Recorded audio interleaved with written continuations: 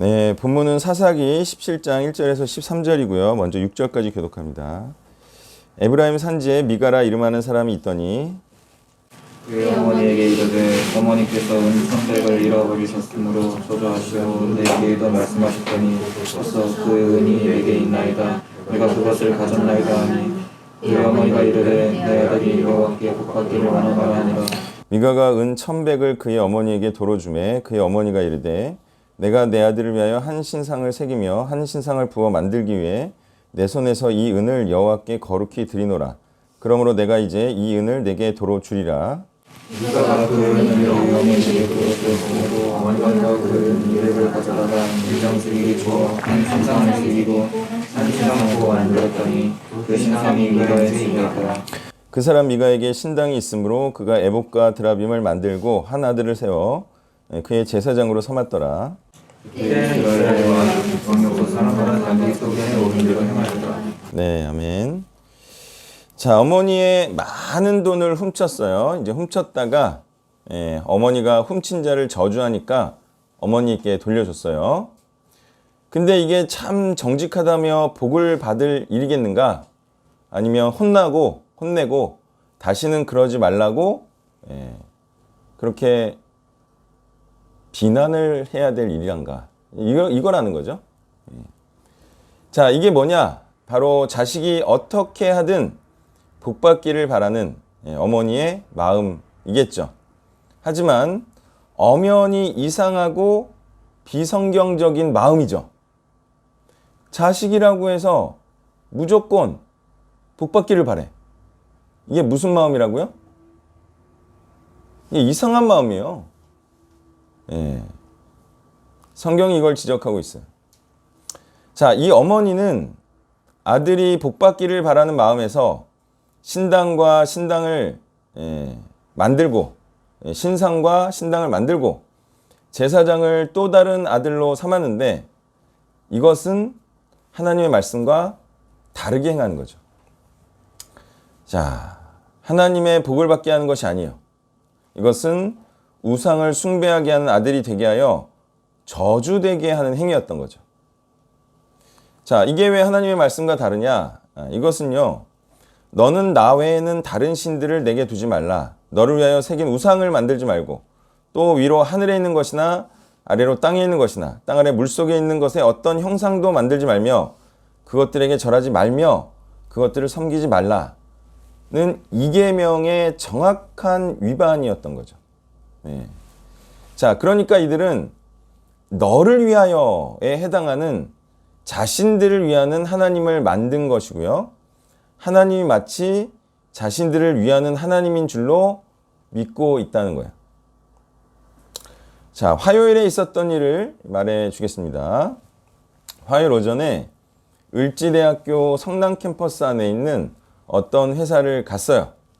가서 나중에 고원을 차리면 도와준다는 조건으로 1,000만 원을 빌려주기로 하고 유튜브 구독을 2번 부탁하고 왔어요. 2명에게 2번 부탁하고 왔어요. 그래서 오후 내내 안 해주길래 저녁 때 카톡을 2번 보냈어요. 한 사람은 했는데 한 사람이 안 해줬어. 저녁 때도 안 해주자 제가 수요일 아침에 또 요청을 했어요. 카톡으로. 그랬더니 답이 왔는데 1시간쯤에 강의가 계속 있다. 이런 답이 왔어요. 그래서 오후쯤에 그 중간 역할을 했던 그 회사 전무에게 제가 이런 카톡을 보냈어요. 이게 서로의 부탁을 들어주는 것인데 대표님이 신경을 너무 써주지 않는 것 같다. 거의 이틀 동안. 이런 경우는 나중에 돈 받을 때도 힘든 게 그때 연락이 늦게 되고 막 이게 나는 힘들다. 그리고 그분은 박사셔서 아무래도 자기 일에 몰두하시는 분인 것 같다. 이렇게 얘기를 이제 많이 했죠. 뭐 이것저것 다 얘기했죠. 성향이 또 그런 것 같고 하여튼 이렇게 이해를 설명해 줬어요. 그리고 나서 안 빌려주겠다. 이렇게 알려줬어요. 그리고 나서 또 신기한 게 목요일 오전에 수요일날 이렇게 오후에 다 알려줬거든요. 근데 이상하게 전달이 안 됐는지 목요일 오전에 그 또 대표님이 아주 해맑은 표정으로 입금할 때가 됐는데 왜 안 해주시나요? 이렇게 하는 거예요. 이게 뭔가 나는 전무님께 분명히 다 말했는데 자세하게 얘기해줬다. 제가 전무님한테. 그러니까 그 대표님이 빌려줄지 말지 정확하게 말해라. 그래서 제가 전무님께 이미 명확하게 안 빌려주겠다고 말했다. 그러면서 이제 언성을 높이면서 끊었어요. 그랬더니 바로 톡이 왔는데 어떤 내용이었냐면 앞으로 부탁하건대 하느님 팔기 전에 실천을 먼저 하시기 바랍니다. 이렇게 톡이 왔어요. 자, 이 문자를 해석해 주세요. 이 문자를 해석해 주세요. 다시 읽을게요. 앞으로 부탁하건대 하나님 팔기 전에 실천을 먼저 하시기 바랍니다.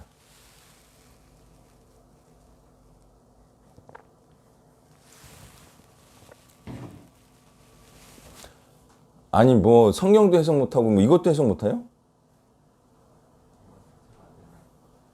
뭐? 무슨 단어부터 풀어야 돼요? 그쵸? 뭘 실천하는 거야? 돈을 빌려주겠다. 그 한 말을 실천하는 거예요. 뭔가 이상하죠? 하나님 믿는 거하고 내가 그분한테 말한 거 실천하는 건 무슨 상관이에요? 이게 무슨 현상이에요? 자기를 위해서 뭐를 하는 걸 실천하는 게 그게 정직한 거 아니냐 이거지. 자기를 위해서 하나님을 말하는 거죠. 어때요? 사람들이 자기를 위한 하나님으로 만든다 이거예요. 아니, 제가 이제 하나님을 믿으면 자신을, 본인을 위하는 말을 실천하는 자여야 하냐는 거죠. 사람들이 다 그렇게 믿고 있다는 거예요. 뭐 그 이후로 그분하고는 어느 정도 풀었는데 어쨌든 그런 신앙, 그런 신앙들이 대부분을 이루죠. 하나님은요, 하나님을 위하는 분이시죠. 그러니까 우리는 하나님을 위한 말은 반드시 실천해야 됩니다. 그럼 반드시 실천해야 돼요.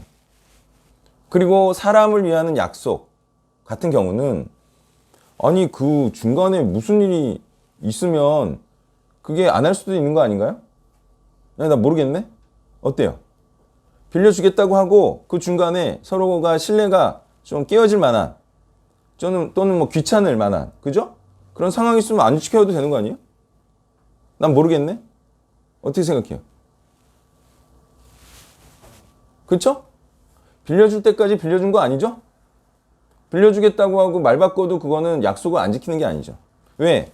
상황의 변동, 내 상황이 또 변동될 수도 있고 또 사람의 상태 이런 거에 의해서 언제든 취소할 수 있죠. 사람은 변하죠. 네, 하나님은 안 변하죠. 그러니까 하나님과의 약속은 내가 변하지 않는 한 지켜야 돼요. 사람은 변하니까 안 지킬 수 있죠. 자, 무조건 해야 하는 것은 하나님의 일이고요. 가족이나 친구나 다른 사람이나 사회를 위한 일은 안 할 수도 있습니다. 사람들이 아무리 해야 한다고 몰아붙여도 안 할 수 있습니다. 그건 진리가 아닙니다. 진리는 진리 되시는 하나님에 대한 겁니다. 7절부터 13절을 교독합니다. 유다 가족에 속한 유다 베들레헴에 한 청년이 있었으니 그는 레위인으로서 거기서 거류하였더라. 그들은 거주할 시작하여 성읍이랑 베드라를 선지로 가서 미가의 집에 이르매 미가가 그에게 묻되 너는 어디서부터 오느냐 하니 그가 이르되 나는 유다 베들레헴에 레위인으로서 거류할 곳을 찾으러 가노라 하는지라. 미가가 그에게 이르되 네가 나와 함께 거주하며 나를 위하여 아버지와 제사장이 되라. 네가 해마다 은 열과 물과 먹을 것을 주리라 하므로 그 레위인이 들어갔다가 그 레위인이 그 사람과 함께 거주하기를 만족하게 생각했으니 이는 그 청년이 미가의 아들 중 하나같이 됨이라.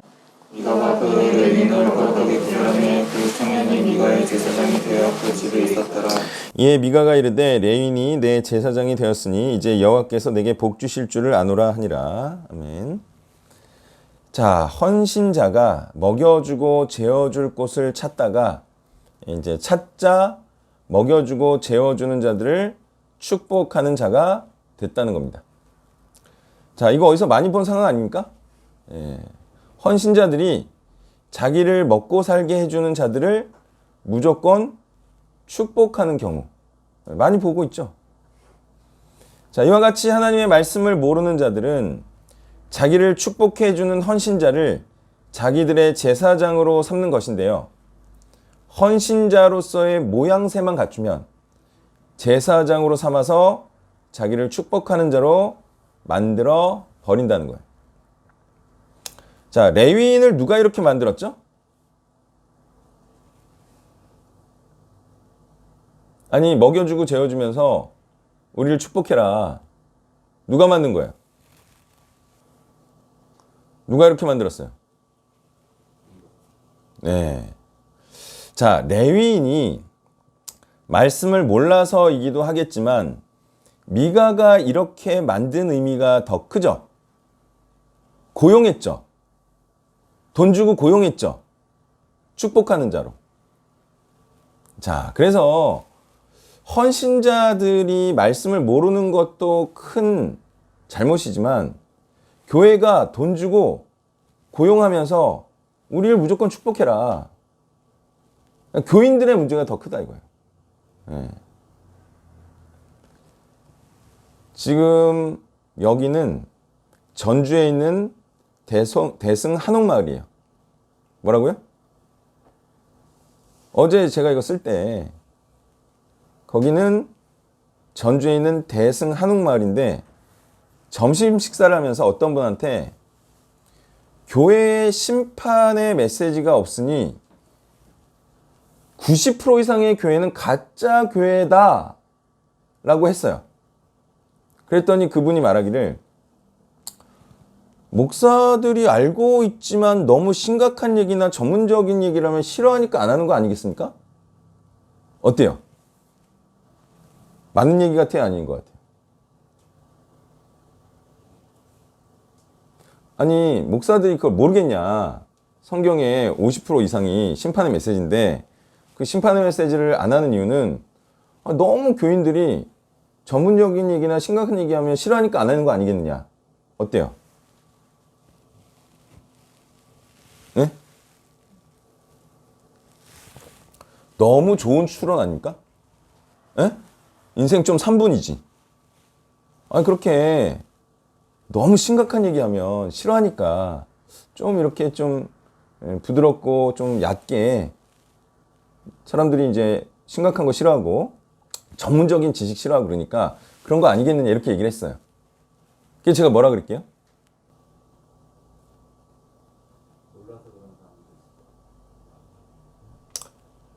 비슷한데요. 그러기라도 하면 좋겠다. 알고서 말 안 하는 거라면 그러기라도 하면 참 좋겠다. 근데요, 이 레위인은 어땠을까요? 알고 축복했을까요? 모르고 축복했을까요? 모르고 했겠죠. 이거를 뭐라 그러냐면 이제 자동빵이다. 자동빵. 뭐예요? 돈 주고 먹여주고 재워주니까 자동적으로 축복하는 거 아니겠어요? 마음이? 그래요, 안 그래요? 그러니까 마음이 그렇게 저절로 움직이는 거예요. 아니, 먹고 잘 데가 없는데 입어주고 먹여주고 재워준대. 너무 고맙죠? 여기 만족한다고 나오죠? 그러니까 축복하는 거죠. 굉장히 자연스러운 거예요. 아니, 수많은 교회 중에 우리 교회를 나와 자동적으로 어때요? 오토매틱하게 감사하지. 오토매틱하게 축복하죠. 아주 자연스러운 거예요. 근데 삶은 몰라. 그래, 안 그래요? 어떻게 사는지도 모르고 어떤 마음인지도 모르고 어떤 생각으로 내 설교를 받아들이는지도 몰라. 설교를 한 번 하잖아요? 100사람이 다 다르게 받아들여요. 그거 어떻게 알고 축복을 해? 내 말도 정확하게 이해하는 사람이 거의 없는데. 수년을 지켜봐야죠.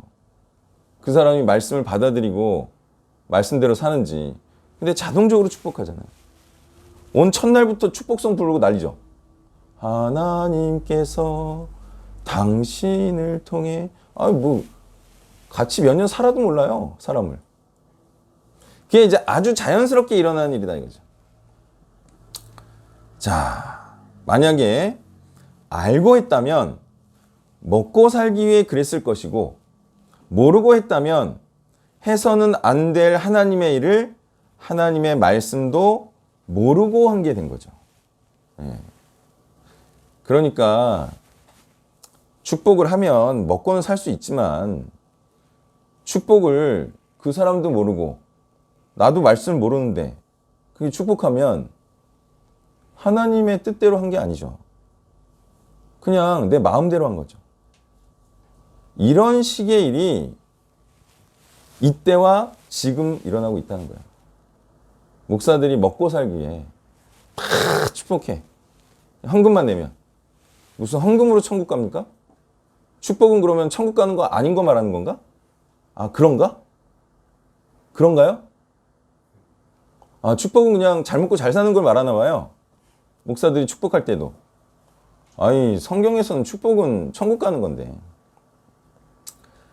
자, 레위인 측에서는 먹고 살기 위한 이유와 미가 측에서는 헌신자의 축복을 받기 위해 이런 일이 일어났다는 겁니다. 말씀을 정리하면요. 지금 일어나는 일들과 너무 똑같지 않나요? 뭐도 똑같은지 아세요? 사사기가 어려울 때는 하나님을 찾잖아요. 살만해지면 어때요? 하나님을 잊죠. 우리나라도 어떤 것 같아요? 똑같죠? 예전에 힘들고 어려울 때 초코파이 먹으려고 교회 갈 때는 하나님을 찾았죠. 지금 살만하니까 하나님 있죠. 똑같아요. 지금 사사시대입니다. 아멘? 사사시대예요. 먹고 살기 위해 사역을 하죠. 돈 안 주면 안 해. 돈 많이 주는 대로 또 옮겨. 그죠? 똑같아요. 목사한테 축복의 말을 듣기 위해 교회에 나오면 그건 우상 숭배하는 겁니다. 목사한테 축복의 말을 듣기 위해서 교회에 와. 자기는 하나님의 말씀에 순종하지 않으면서도. 그게 우상 숭배죠. 똑같습니다. 지금 사회하고. 교회는 어떻게 나와야 하죠? 하나님의 말씀을 알려고 나와야 하죠. 그죠? 근데 하나님의 말씀도 모르면서 축복을 받으려고 그래. 하나님의 말씀을 알고 행하려고 교회에 나와야죠. 근데 축복을 받으려고 나와요. 그게 이제 고용한 거죠. 목사 하나 고용해서 무조건 우리를 축복해라. 돈 줄 테니까. 그렇게 서로 주거니 받거니 하고 있다는 거예요. 이게 바로 하나님의 말씀이 없는 시대에 일어나고 있는 현상이라는 거예요. 기도하겠습니다. 참으로 존귀하신 하나님, 우리가 하나님의 말씀을 아는 것에 그리고 실천하는 것에 우리의 신앙의 목적을 두기를 바랍니다. 많은 자들이 하나님의 말씀을 들으며 자신들이 축복의 대상이다. 이렇게 믿고 싶지만 그거는 하나님의 말씀을 모르기 때문에 일어나는 일로 우리는 반드시 하나님의 말씀을 알려주어서 순종해야지만 복을 받는다는 이 하나님의 명확한 말씀을 온 세상에 퍼뜨리는 자가 되기를 바라며 예수님의 이름으로 기도했습니다. 아멘. 네.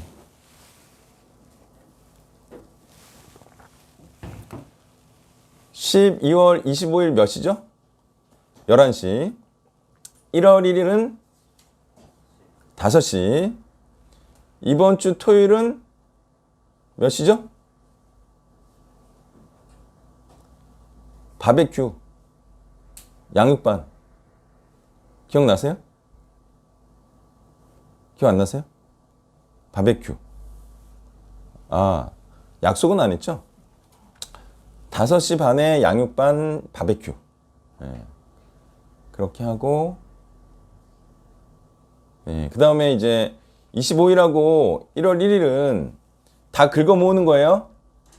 아셨죠? 주내원 뭐 다 그래서 대예배.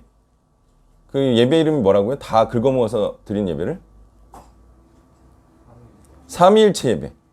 예. 그게 왜 삼위일체 예배인지는 제가 알아본다고 했어요.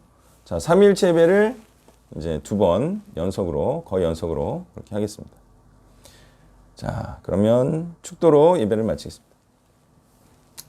이제는 사망의 길로 나가셨으나 그것이 진정 생명의 길, 부활의 길임을 우리에게 알려주신 예수 그리스도의 은혜와 독생자 아들을 주는 것, 그것이 참 사랑, 자신의 가장 귀한 것을 드리는 것이 참 사랑임을 우리에게 알려주신 성부 하나님의 사랑과 이제 그 무엇과도 바꿀 수 없는 이 귀한 복음을 땅끝까지 전하고자 하는 성령의 역사하심이 이제 우리도 하나님들의 이 일에 동참하여 연합하여서 땅끝까지 복음을 전하고자 하는 이곳에 있는 온 세대 교인들 머리머리에 이제부터 영원까지 함께 계시기를 간절히 축원하옵나이다.